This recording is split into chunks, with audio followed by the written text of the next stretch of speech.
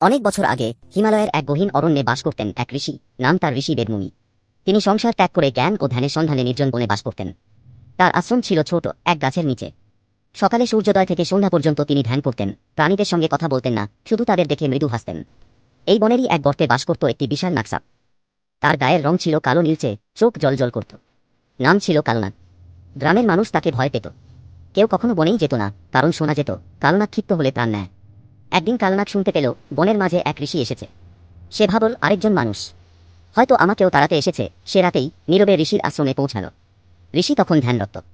কালনাগ তার সামনে এসে ফু ফু শব্দে উঠে দাঁড়ালো, বিষাক্ত দাঁত বের করে ফোঁস করতে লাগলো।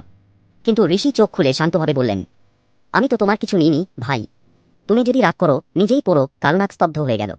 এরকম শান্ত চোখ সে কখনো দেখেনি। ঋষি বললেন, তুমি চাইলে এখানে থেকে বন্ধু হতে পারো। আমি তোমার ভয় পাই না, কিন্তু তোমার রাগেই তুমি ভোগো। তারপর থেকে কালনাগ মাঝে মাঝে ঋষির আশ্রমে আসত। ঋষি তাকে বুঝিয়েছিলেন, ধীরে ধীরে ক্রোধ তোমার আগুন। মানুষ তোমায় ভয় পায় কারণ তুমি কামড়াও, কিন্তু তুমি যদি শত্রু না হও তুমি নিজেই শান্তি পাবে। কালনাগ প্রশ্ন করত, তবে মানুষ যদি আক্রমণ করে? ঋষি হেসে বলতেন, বুদ্ধি দিয়ে হুঁশিয়ার করো, কামড় দিয়ে নয়। ধীরে ধীরে কালনাগ বদলাতে শুরু করল। সে আর কাউকে কামড়াত না।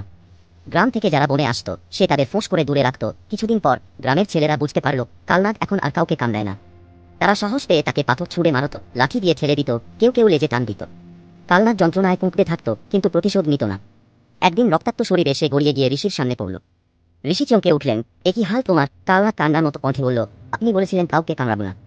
আমি মেনে চলেছি, কিন্তু তারা তারা আমায় মেরে ফেলছে। ঋষি তখন মৃদু হেসে বললেন, হ্যাঁ, আমি বলেছিলাম তুমি কাউকে আঘাত করো না, কিন্তু ফোঁসানো বন্ধ করতে বলিনি। তিনি একটুও রাগ না করে বললেন, তুমি তো ভয় হারিয়ে ফেলেছ।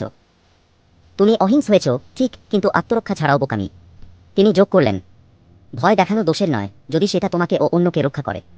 গর্জন করতে শেখো, কামড় নয়। এরপর থেকে কালনাগ আর কাউকে কামড়াতো না, তবে কেউ তার দিকে এগোলেই গর্জে উঠত, কুণ্ডলি পাকিয়ে দাঁড়াত, চোখে আগুন। লোকেরা বুঝল সে আগের মতোই শক্তিশালী, শুধু অহেতুক হিংসা ছেড়েছে। সে হয়ে উঠল বনের রক্ষক।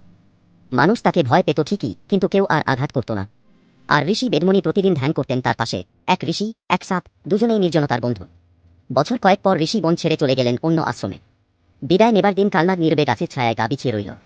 ঋষি তাকে বললেন, মনে রেখো, শক্তি যদি বুদ্ধির সঙ্গে না চলে সে হয়ে পড়ে বিপদ। আর বুদ্ধি যদি আত্মরক্ষাহীন হয় সে হয়ে পড়ে দুর্বলতা। কালনাগ তখন মুখ তুলল, মাথা নাড়ল, আর আকাশের দিকে তাকিয়ে হালকা ফোঁস করল। মনে হচ্ছিল যেন সে বলছে, আমি এখন বুঝি।